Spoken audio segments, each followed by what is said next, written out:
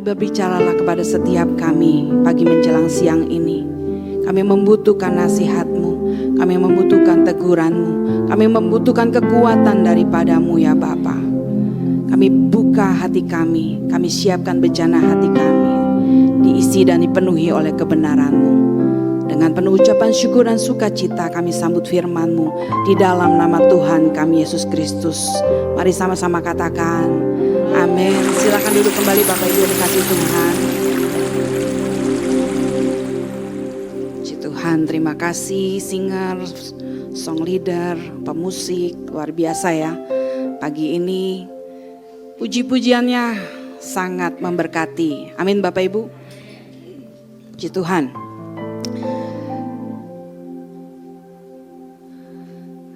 Minggu yang lalu pagi-pagi saya sampai di tempat ini, terus saya lihat soundman di belakang lagi cembetut manyun gitu ya. Terus saya bilang, kenapa bibirnya lebih mancung dari hidungnya?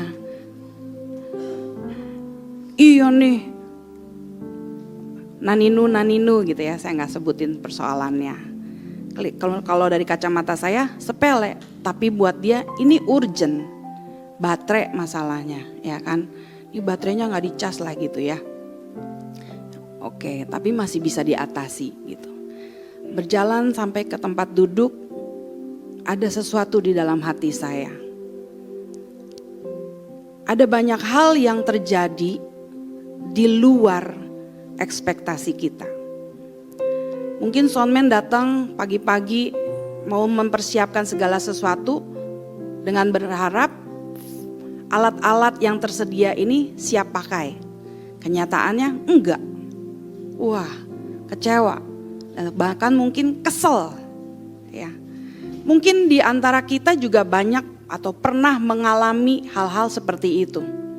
Kita ngarepnya apa? Yang kita terima, yang kita alami, yang kita hadapi berbeda jauh 180 derajat dari apa yang kita angan-angankan. Benar gak?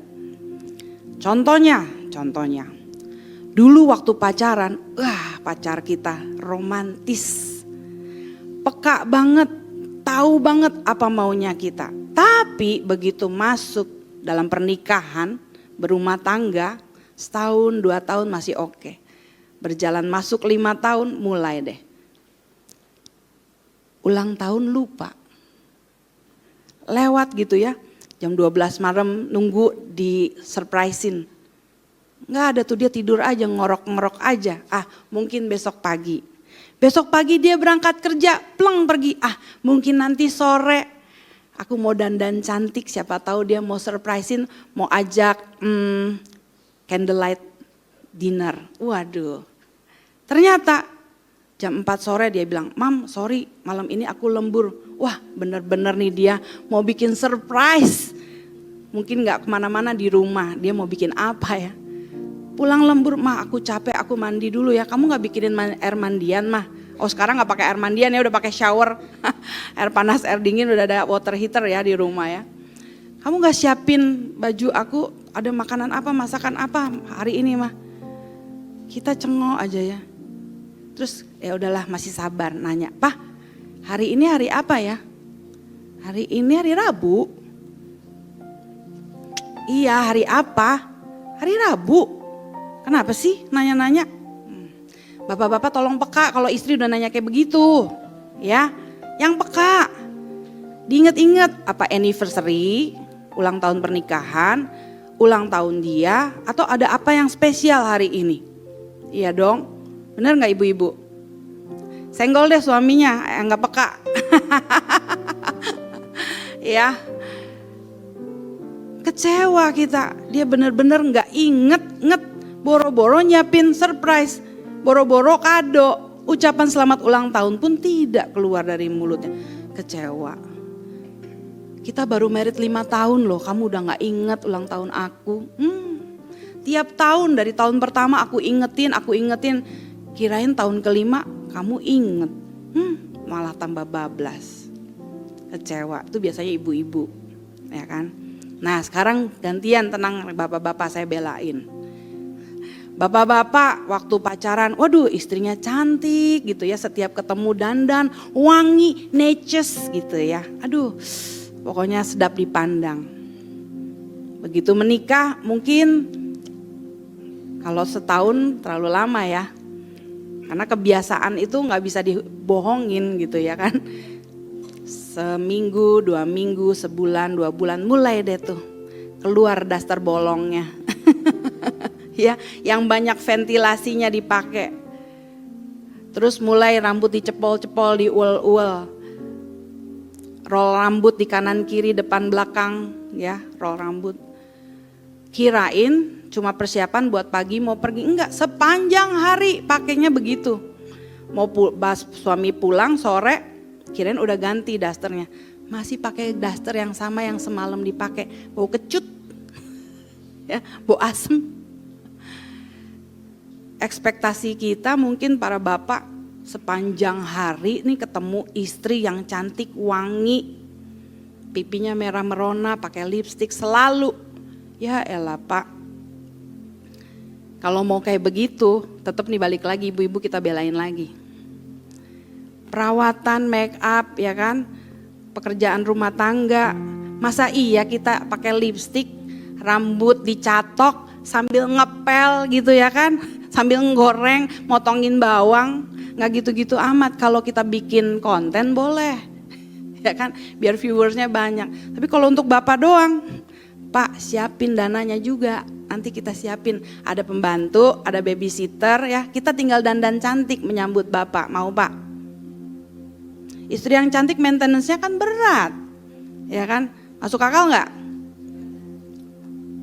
Pas ini enggak, kayaknya manyu nih, nggak terima nih kayaknya.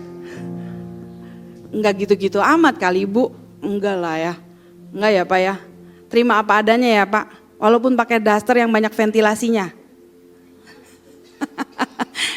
Wah Pak Leo manggut-manggut, yang di rumah enggak gitu kan Pak, beliin daster baru kalau ada ventilasi Pak, ya. Puji Tuhan yang di rumah enggak begitu ya Pak. Oke ya, makanya pagi ini saya ambil tema di luar ekspektasi ya. Di luar ekspektasi ini bisa terjadi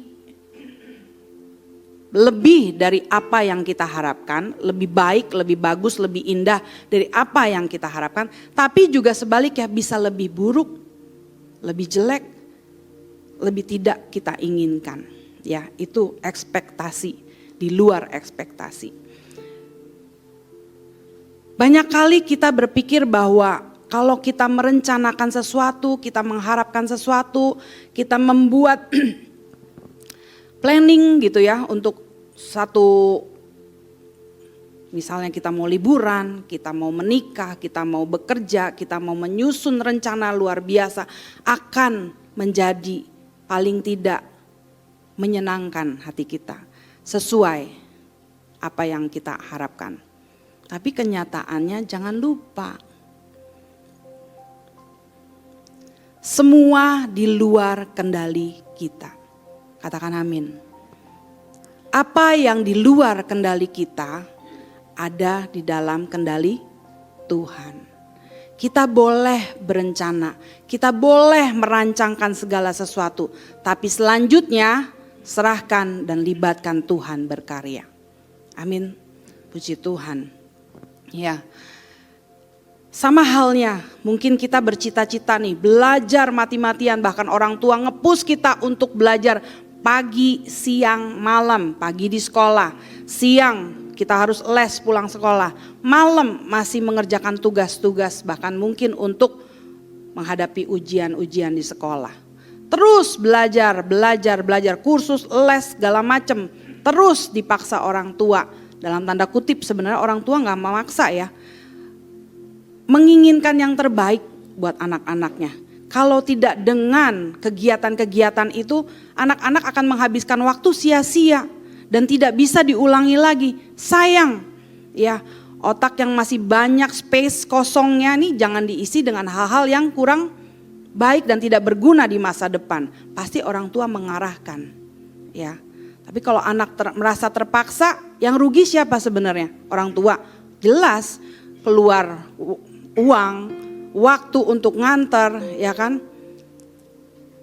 Lalu apalagi perasaan, tenaga, aduh kesel kalau anak gak maksimal dan merasa terpaksa. Tapi yang paling rugi siapa? Anak. Dulu anak saya yang besar ini lumayan dipaksa sama papanya untuk belajar piano. Sebenarnya dia lebih senang main drum. Ya. Sekarang mau nggak mau dia duduk di situ tiap minggu. Suka nggak suka. Tapi kalau saya tanya, terpaksa nggak Love sekarang duduk di situ? Enggak. Puji Tuhan. Ya. Tapi pernah beberapa kali gitu ya, dengar ada pemusik atau teman pelayanan, bukan pemusik, teman pelayanan yang bilang, saya izin ya minggu besok saya mau libur dulu. Saya nggak datang gereja, saya mau A, mau B, mau C. Dia sakit pun nggak boleh, tetap harus duduk di situ karena nggak ada yang menggantikan. Terus dia bilang gini waktu dengar pelayan tersebut yang minta izin untuk tidak datang hadir gereja. Enak banget mereka ya mah, bisa begitu. Coba aku bisa begitu, benar gak Love? Pasti pengen. 2 menjelang tahun ketiga dia duduk di situ dari waktu ruang ibadah di atas, sekarang di sini. Iya kan? Tapi itu di luar ekspektasi, dia pikir melayani nih, asik gitu ya. Ternyata akhirnya dia dikunci sama Tuhan di situ. Di luar ekspektasi. Dia gak bisa gerak. Sampai akhirnya kita upayakan gimana caranya kalau misalnya papanya pergi keluar kota harus didampingi dengan dia. Karena ada beberapa permintaan dari daerah untuk sharing. Ya nanti ada seminar, workshop praise and worship. Mau gak mau kita harus bawa dia. Kita pikirin nih, saya terutama mikir siapa yang bisa menggantikan pemain keyboard di situ. Sebenarnya di sini Ijong bisa, ya, mungkin Evander juga bisa. Tapi untuk ngelit gitu ya dengan segala macam genre di sini itu nggak mudah. Struggle ya, Jong. Pasti struggle. Biasa main bass, biasa di leading. Biasa di leading, bukan nge-leading gitu ya, bukan memimpin, biasa dipimpin, biasa diarahkan. Tinggal main, ini harus atur, nanti masuk di sini ya, nanti interlude begini ya. Itu struggle pasti. Gitu ya. Kita yang mengupayakan supaya tetap suasana ibadah berjalan dengan baik, pemain keyboardnya enggak asal-asalan atau seada-adanya. Karena kita melayani bukan cuma Bapak Ibu jemaat Tuhan yang ingin menikmati hadirat Tuhan. Saya selalu bilang sama pelayan mimbar, dengar baik ya. Mungkin ibadah ini tidak ditayangkan streaming, tapi kita streaming loh. Surga melihat kita. Surga melihat kita. Ada malaikat-malaikat Tuhan yang ikut bernyanyi. Hadirat Tuhan dihadirkan di ruangan ini. Dan jemaat Tuhan yang udah jauh-jauh mungkin dari Tambun. Ada juga beberapa jemaat kita dari Karawang, dari Cikampek. Ada juga yang dari Cirebon pernah datang ke sini. Kalau pelayanan kita asal-asalan atau seada-adanya, kita tuh jahat. Betul Bapak Ibu, kita harus memberi yang terbaik. Kalau jemaat aja gak berkenan, gimana Tuhan? Ya kan, yang kelihatan itu juga bisa jadi tolak ukur gimana Tuhan berkenan atau tidak. Nah, oke, lanjut kembali. Di luar ekspektasi kita, ada banyak hal yang mungkin kita pikir, kalau kita pertaruhkan seluruh tenaga uang kita untuk hal ini, sebut A gitu ya. Kita percaya nanti akan berhasil, bahkan akan menghasilkan lebih maksimal dari apa yang sudah kita perjuangkan, apa yang sudah kita korbankan. Hasilnya pasti maksimal. Kalau kenyataannya tidak, jangan pernah kecewa. Ingat, selalu ada tangan yang tidak terlihat yang sanggup mengerjakan apa yang ada di luar kendali kita. Kita lihat dulu di dalam Efesus 3 ayat yang ke-20.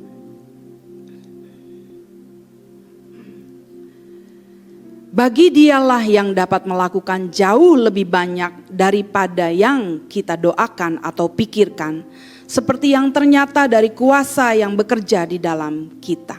Sekali lagi, bagi Dialah yang dapat melakukan jauh lebih banyak daripada yang kita doakan atau pikirkan, seperti yang ternyata dari kuasa yang bekerja di dalam kita.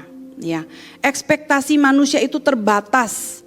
Kita membatasi harapan kita berdasarkan pengalaman, logika, dan kemampuan diri kita. Tapi ingat di dalam Yesaya 55 ayat 8 dan 9. Rancanganku bukanlah rancanganmu, kata Tuhan.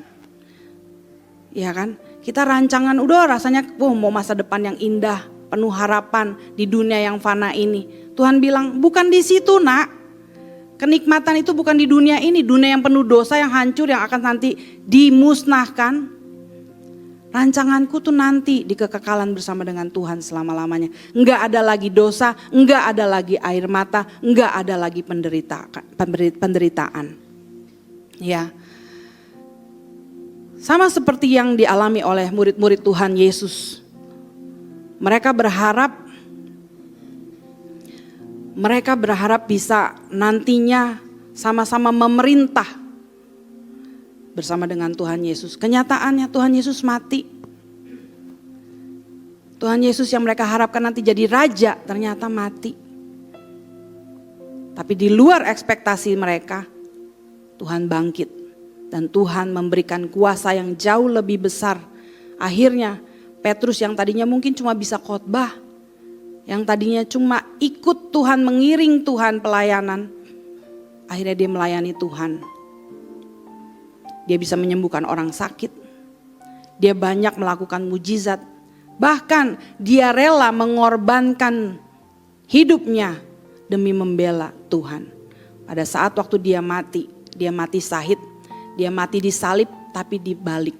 Dia bilang saya gak layak mati sama seperti Tuhanku. Dia mati disalib tapi dalam kondisi terbalik. Ya, makanya Bapak Ibu, kalau sekarang kita sedang menghadapi masalah yang tidak kunjung selesai.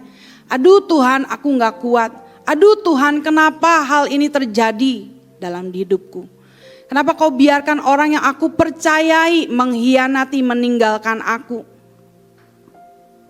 Ingat, ada tangan yang tidak terlihat membela, menopang, memberikan kita kekuatan. Amin ya.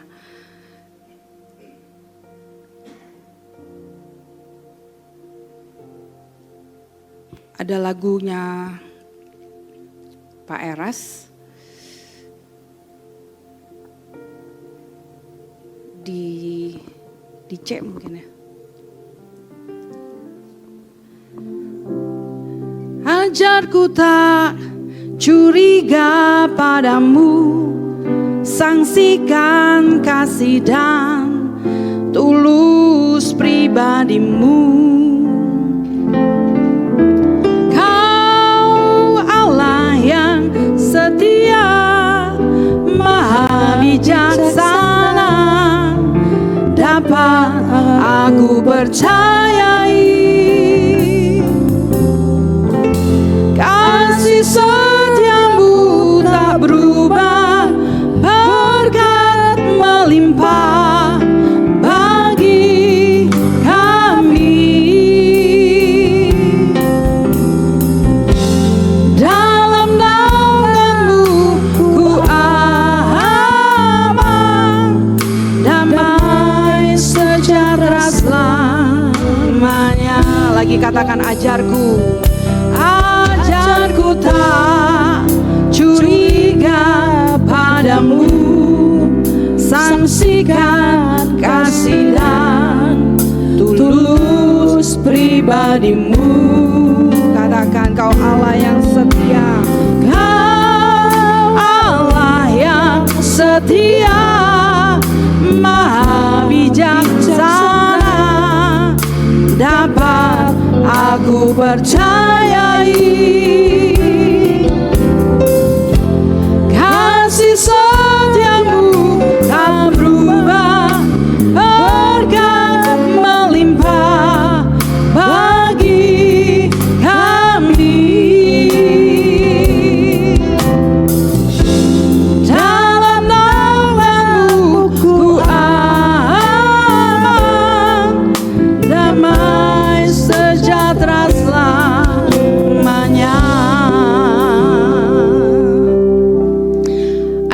hal yang Tuhan izinkan terjadi dalam hidup kita tidak berkesudahan selesai-selesai. Gimana nih Tuhan menghadapi hal ini? Gimana aku gak kecewa? Gimana aku gak pahit? Salah apa sih aku? Sedosa apa sih? Seberapa besar dosa aku Tuhan sampai aku dibiarkan mengalami hal ini? Please, jangan curigai Tuhan. Rancangan Tuhan adalah rancangan damai sejahtera, bukan rancangan kecelakaan. Seperti hal yang dialami oleh Rasul Paulus. Duri dalam daging tidak dicabut oleh Tuhan. Dalam 2 Korintus 12 ayat 9 Tuhan mengatakan, cukuplah kasih karuniaku bagimu, sebab justru dalam kelemahanlah kuasaku menjadi sempurna. Sebab itu terlebih suka aku bermegah atas kelemahanku, kata Paulus, supaya kuasa Kristus turun menaungi aku. Jadi jangan berontak dengan keadaan yang Tuhan izinkan sedang terjadi dan kita alami. Jangan berontak. Aku udah jaga kesehatan tapi aku kok sakit begini. Aku udah jaga pola hidup Tuhan, tapi kok aku begini? Gak maksimal jadinya bekerja, gak menikmati hidup Tuhan. Kenapa Engkau biarkan aku sakit seperti ini? Tuhan bilang, cukuplah kasih karuniaku bagimu. Iyalah, kita bisa napas gratis, kita bisa berumah tangga, kita bisa senyum, kita bisa berpikir, kita bisa tidur nyenyak, kita masih bisa ngerasain capek, pegel-pegel. Kalau udah lumpuh, itu kasih karunia Tuhan. Sebab justru dalam kelemahanlah kuasaku menjadi sempurna. Tunggu Tuhan demonstrasi, tunggu Tuhan berkarya. Bahkan kalau Tuhan izinkan sampai kita mati pun, Tuhan tidak lepaskan kita dari penderitaan. Jangan curiga, kita gak hidup selama-lamanya di sini. Kita gak akan sakit, gak akan menderita selama-lamanya di sini. Tuhan akan sembuhkan, Tuhan akan pulihkan, bahkan Tuhan akan muliakan orang yang setia kepadanya. Hebat, Rasul Paulus bilang, sebab itu terlebih suka aku bermegah atas kelemahanku, supaya kuasa Kristus turun menaungi aku. Banyak orang bermegah karena kekuasaannya, banyak orang bermegah karena kehebatannya, banyak orang bermegah karena dia merasa powerful. Tapi lihat, Tuhan meninggalkan orang-orang seperti itu. Tuhan gak suka sama orang yang congkak, angkuh dan tinggi hati. Semua yang ada pada kita, semua yang Tuhan izinkan terjadi kita alami, baik happy atau sedih, semua karena Tuhan, bukan karena kita. Dan Roma 8 ayat 28 Tuhan mengatakan apa? Kita tahu sekarang bahwa Allah turut bekerja dalam segala sesuatu untuk mendatangkan kebaikan bagi mereka yang mengasihi, Dia. Pertanyaannya, sungguhkah kita termasuk orang-orang yang mengasihi Tuhan? Sungguhkah kita orang-orang yang betul-betul dirasakan sebagai orang yang mengasihi Tuhan? Coba lihat kanan kiri kita, nyaman gak ada kita? Jangan-jangan malah kita jadi duri dalam daging, dalam kehidupan keluarga kita, pasangan hidup kita, bos kita, bahkan teman sepelayanan. Aduh, mendingan dia gak ada loh. Karena ada waktu Pak Gembala melayani kedukaan, ada yang bisik-bisik dan saya dengar. Wah, udah enak nih, lega. Gak akan ada lagi yang ngomel-ngomel. Gak ada lagi tuh yang kalau pagi-pagi langsung gubrak. Gak ada lagi tuh intimidasi lagi. Kematian kita yang diharapkan, bukan kehadiran kita. Betulkah kita orang yang mengasihi Tuhan? Matius 22 ayat 37 dan 39. Coba dicek dulu. Kasihilah Tuhan Allahmu dengan segenap hatimu dan dengan segenap jiwamu dan dengan segenap akal budimu. Ayat 39, dan hukum yang kedua yang sama dengan itu ialah kasihilah sesamamu manusia seperti udah. Yang ada kebalik, kita mengasihi diri sendiri lebih dari siapapun, bahkan lebih daripada kepada Tuhan. Banyak manusia kan seperti itu. Semua untuk aku. Semua harus hormat sama aku. Kalau enggak aku tersinggung. Kalau enggak aku merasa direndahkan. Aku terhina. Lah, apa kabar Tuhan? Kalau kita masih merasa terhina, tersinggung, direndahkan, kita justru sedang merendahkan Tuhan. Emang kita rendah kok. Emang kita sebenarnya hina kok, kalau bukan karena belas kasihan Tuhan. Jadi tolong tahu diri, kalau ada orang nyakitin kita, ada orang menyinggung kita, dengar baik, justru itu imun buat kita, itu vitamin buat kita, belajar rendah hati. Kalau Tuhan menerima kita apa adanya, Tuhan mengasihi kita sedemikian, kenapa kita gak sanggup terima orang itu apa adanya? Berikan ruang kesalahan dan berikan kesempatan buat Tuhan menggarap dia seperti Tuhan menggarap kita. Siapa tahu justru kita yang disakiti, kita bisa mendoakan dia dan orang itu bisa bertobat melalui sikap kita yang tidak melawan, tidak berontak, tidak berbalik menyakiti. Gampang? Nggak gampang. Banget Pak. Saya berdoa, saya bergumul untuk ayat ini. Gak kelar-kelar PR-nya. Orang yang tadinya sama-sama, orang yang tiap hari, hampir tiap hari, bukan tiap hari. Apa kabar? Yuk kita kemana? Lagi mau makan apa? Sekarang lost contact. Itulah manusia. Tapi saya dapat pelajaran dari Tuhan. Kesempatan kamu yang disakiti, bersyukur bukan kamu yang melakukan itu. Justru kamu yang diperlakukan seperti itu, ini kesempatan untuk kamu, ini berkat buat kamu. Doakan orang itu supaya dapat kesempatan digarap Tuhan, seperti Tuhan juga sedang menggarap saya. Gak gampang, betul. Ukuran kasih kita dengan tindakan. Ya, bukan dengan perasaan. Ukur kasih kita kepada Tuhan itu dengan tindakan, dengan reaksi kita, bukan dengan perasaan. Kasih kepada Tuhan terbukti dari ketaatan kita.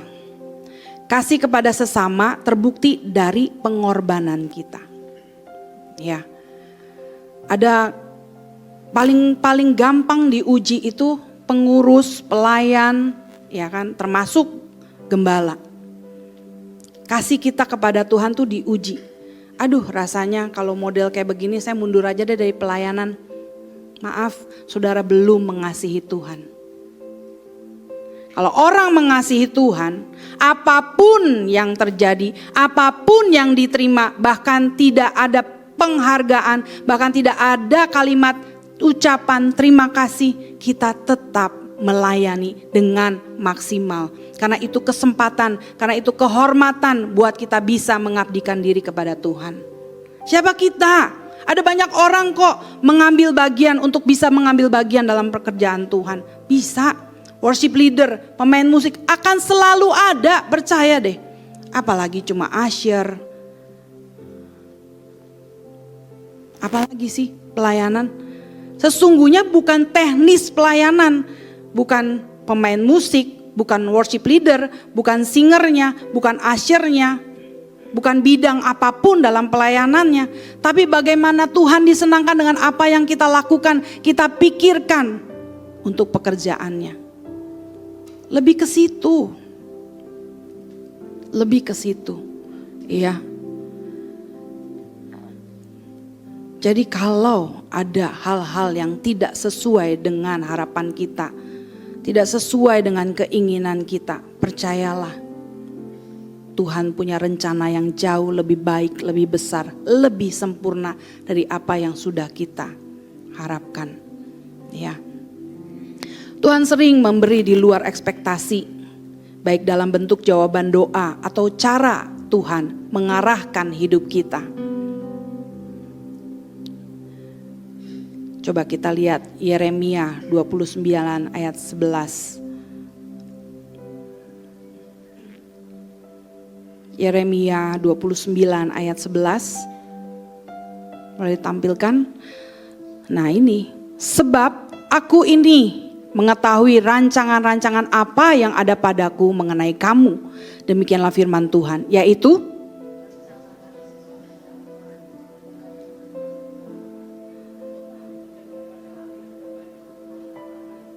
hari depan yang penuh harapan, bukan di bumi ini tapi saya selalu mengingatkan ya, kenapa kita harus memikirkan hari depan yang penuh harapan itu di kekekalan nanti. Sementara kita hidup 70-80 tahun, ini training centernya. Ini tempat ujian, apakah kita masuk kualifikasinya Tuhan untuk bisa masuk jadi warga kerajaan sorga. Kalau orang malas, orang baperan, orang gak kreatif, orang yang gampang marah, masuk surga. Ngapain ada surga di bumi aja? Rusak semua, ya kan? Ngapain? Jadi kualifikasinya harus orang yang suci, kudus, berkenan, dan sempurna menurut pandangan Tuhan. 70 tahun sampai 80 tahun tuh bentar Bapak Ibu. Sebentar. Ini kesempatan kita untuk melakukan kehendak Tuhan. Jadi kuncinya bukan gak boleh berekspektasi. Boleh. Tapi selebihnya serahkan kepada Tuhan. Serahkan kepada Tuhan. Ya. Dalam Kejadian 37 sampai 50 bercerita tentang kehidupan Yusuf. Ya.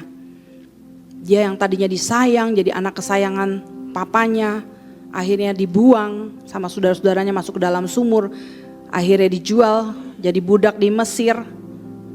Ya kan? Kok begini amat Tuhan? Tapi di perjalanan hidup yang dia pikir, aduh Tuhan sudah meninggalkan aku jauh dari keluargaku, aku udah bukan jadi siapa-siapa lagi nih, aku jadi seseorang di negeri asing. Tapi justru Tuhan angkat dia jadi seorang penguasa di Mesir. Ya kan? Jangan pernah underestimate dengan apa yang sedang ada di dalam pandangan kita, realitas yang sedang kita hadapi. Jangan curiga sama Tuhan. Jangan berontak. Ya. Memang kadang-kadang enggak selalu nyaman apa yang kita harapkan, apa yang sedang kita hadapi. Enggak nyaman, bahkan enggak selalu baik, enggak selalu indah. Di luar ekspektasi tidak selalu berarti lebih enak atau instan, cepat dengan prediksi kita, sesuai prediksi kita. Kadang berarti proses yang panjang, melelahkan, bahkan menyakitkan. Tapi kembali lagi, ingat, Allah bekerja dalam segala sesuatu untuk mendatangkan kebaikan hanya bagi orang yang mengasihi Dia. Jangan pernah lupa itu. Kalau orang gak mengasihi Tuhan, sepertinya sukses, sepertinya baik-baik saja. Tapi lihat nanti di kekekalan, adakah dia menjadi orang-orang yang berkualifikasi masuk jadi bagian keluarga kerajaan sorga. Ya, selalulah kita semangat bahwa Tuhan menjadi kekuatan kita, sumber kehidupan kita, yang menopang kita dalam kelemahan, yang menjadi teman sejati kita. Ya, Belajar percaya dan berserah kepada rencana Tuhan meski belum paham jalannya. Mungkin kita lihat, aduh ini mentok, ini jalan buntu, ini burem, ini gak jelas aku mau dibawa kemana. Tetap belajar percaya dan taat. Perbesar ekspektasi rohani kita. Jangan batasi doa hanya dengan apa yang logis. Kalau udah model kayak begini mah udah gak mungkin, namanya udah stadium 4. Gak mungkin. Udah kasih aja, kalau dokter bilang gitu, kasih yang enak-enak. Teman worship leader kita ya, Bu, udah divonis stadium 4. Tapi sekarang sehat. Gak ada yang mustahil, jadi jangan underestimate, jangan punya pemahaman fatalistik. Udah nih mentok nih, udah gak ada jalan keluar nih, udah buntu. Kita lagi ngeremehin Tuhan tuh kalau kayak gitu. Kita lagi ngecilin Tuhan tuh. Seolah-olah Tuhan gak sanggup, seolah Tuhan gak bisa apa-apa. Wah, konyol kalau sampai kayak begitu. Ya. Jangan pernah curiga sama Tuhan, selalu berserah. Filipi 4 ayat 13 dan 19 kita baca. Jangan juga merasa jagoan. Jangan merasa bisa melewati segala sesuatu karena kekuatan kita. Tapi lihat, Filipi 4 ayat 13 dan 19. Segala perkara dapat kutanggung di dalam Dia yang memberi kekuatan kepadaku.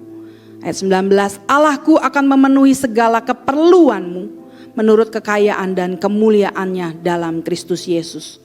Termasuk pergumulan kita di gereja ini.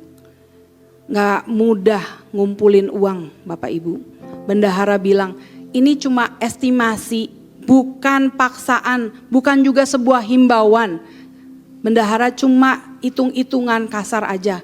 Kalau satu orang 1 bulan 300.000 aja nyumbang ke gereja, kita bisa pikul sama-sama biaya sewa gedung. Bukan himbauan itu cuma gambaran doang. Cuma gambaran doang. Kalau enggak punya, enggak terbeban pun, misalnya punya tapi enggak terbeban, kita enggak menghimbau Bapak Ibu nyumbang. Bahkan ada omongan, tahun depan lanjut enggak tuh? Nantangin Tuhan. Terus kalau tutup happy. Serahin sama Tuhan karena ini pekerjaan Tuhan. Jangan jahat. Tuh orang-orang gak mengasihi Tuhan tuh. Gak mikir jemaat yang berbondong-bondong dari Cikampek, dari Babelan. Mau pada kemana mereka? Oh ada MAG. Oh ada gereja-gereja lain. Ya monggo. Selama ini terus kita ngapain? Kalau sampai tempat ini bisa dibuka, bahkan ruangan ini bisa dibangun, karena Tuhan mengizinkan ini terjadi. Awalnya saya sakit loh, kayak dicambuk. Tapi saya pikir, ngapain lu sakit? Kan punya Tuhan. Jangan sombong, saya juga gak bisa apa-apa. Saya cuma bisa berdoa dan berharap menyerahkan ekspektasi saya menjadi ekspektasinya Tuhan. Ya, jangan ngecilin Tuhan, jangan ngeremehin Tuhan, jangan berontak, jangan lawan Tuhan. Kita bukan siapa-siapa. Ya, ekspektasi kita itu hasil perhitungan manusia, tapi karya Tuhan adalah hasil kasih yang tidak pernah bisa terukur. Ya, andalkan kekuatan dari Tuhan. Tuhan memberi kekuatan dan mencukupi kebutuhan kita. Saat lelah, saat sendirian, saat putus asa mungkin. Ucapkan kalimat sederhana ini. Tuhan tetaplah bersamaku. Tuhan jangan tinggalkan aku. Catat terus, catat setiap pemeliharaan yang Tuhan nyatakan dalam hidup kita sebagai pengingat. Iya, aku pernah susah makan juga susah, boro-boro mikirin uang kontrakan, uang sekolah, tapi lewat tuh. Iya, aku pernah disembuhkan. Bahkan pengalaman orang lain, dia bisa disembuhkan dari sakit stadium 4, cancer, lewat. Kenapa Tuhan gak bisa sembuhin aku? Tapi kalaupun Tuhan gak sembuhin aku, Tuhan, aku tetap taat. Tuhan Yesus gak diizinkan Bapa menghindari penyaliban. Tuhan ngomong, kalau boleh cawan ini lalu daripadaku. Tapi ingat, dia bilang apa? Biarlah kehendakmu yang jadi, bukan kehendakku. Tuhan Yesus gak lari. Tuhan Yesus gak menghindar dari penderitaan. Menderita sampai mati. Kenapa kita gak mau? Kenapa kita nolak? Lebih hebat, lebih setia, lebih taat dari Tuhan Yesus. Kita gak perlu disalib kok. Kita gak perlu dipermalukan, dibikin seperti Tuhan Yesus telanjang, terhina di antara langit dan bumi. Kita gak sampai kayak gitu kan. Kalaupun Tuhan gak sembuhkan, kalaupun Tuhan gak angkat penderitaan kita, tetaplah taat, tetaplah setia. Baru kita bisa dikatakan orang yang mengasihi Tuhan. Segala kemuliaan bagi Tuhan. Puji Tuhan. Ya. Satu ayat lagi yang mau saya bagikan di dalam 2 Timotius 4 ayat 4 sampai 8. Ada banyak di antara kita, termasuk saya, ya. Karena kepenatan hidup, karena kesulitan hidup, fitnah, cercaan, nama baik kita dirusak, rasanya kita mau mundur. Aduh Tuhan, enakan jadi jemaat aja. Tapi begitu saya balik dan membaca firman Tuhan, aduh gak bisa. Saya harus terus akhiri perjuangan ini. 2 Timotius 4 ayat 4 sampai 8. Mereka akan memalingkan telinganya dari kebenaran dan membukanya bagi dongeng. Tetapi kuasailah dirimu dalam segala hal, sabarlah menderita, lakukanlah pekerjaan pemberita Injil dan tunaikanlah tugas pelayananmu. Tunaikanlah tugas pelayananmu. Jangan awalnya doang semangat, kayak kembang api, duar. Selesai duar, ninggalin sampah. Itu kembang api. Awalnya doang semangat. Tapi di sini dikatakan tunaikanlah tugas pelayananmu. Mengenai diriku, darahku sudah mulai dicurahkan. Ini Paulus ya, sebagai persembahan, dan saat kematianku sudah dekat. Bukan lagi happy-happy tuh pelayanan. Jangan cari happy-happy di dalam pelayanan, tapi cari happy-nya Tuhan. Tuhan puas gak dengan pelayananku? Udah sampai berdarah-darah belum nih kayak Paulus? Dan saat kematianku sudah dekat. Aku telah mengakhiri pertandingan yang baik. Aku telah mencapai garis akhir dan aku telah memelihara iman. Dengar ya, kalau di kuburan-kuburan banyak tulisan seperti ini, saya masih tanda tanya, benar gak tuh orang? Ditulisnya setelah dia mati, tapi saya gak tahu perjuangan hidupnya seperti apa. Paulus nulis ini bukan pada saat dia sudah meninggal, tapi sedang dalam kondisi tidak nyaman. Dia bisa berkata, aku telah mengakhiri pertandingan yang baik. Aku telah mencapai garis akhir dan aku telah memelihara iman. Sekarang telah tersedia bagiku mahkota kebenaran yang akan dikaruniakan kepadaku oleh Tuhan, hakim yang adil pada harinya. Ingat baik-baik, kita akan menghadapi pengadilan Tuhan, cepat atau lambat. Tetapi bukan hanya kepadaku, kata Paulus, melainkan juga kepada semua orang yang merindukan kedatangannya. Ya, Paulus mengakhiri pertandingan dengan iman dan menerima mahkota kebenaran. Dia fokus bukan pada kesulitan yang dialaminya, tapi pada upah kekekalan. Jadi kita juga tetapkan target rohani tahunan kita. Bahkan kalau bisa jangan tahunan, tiap hari target rohani kita tiap hari diperbarui sesuai dengan apa yang Tuhan mau. Latih perspektif kekekalan kita. Aduh, iya di sini cuma sementara. Waktu nikmatin nasi padang enaknya kayak apa, lagi enak-enaknya makan cukyok. Ini sebentar doang, masuk ke telan hilang. Jangan terpaku, terlena dengan kenikmatan sementara. Di sana ada yang lebih enak.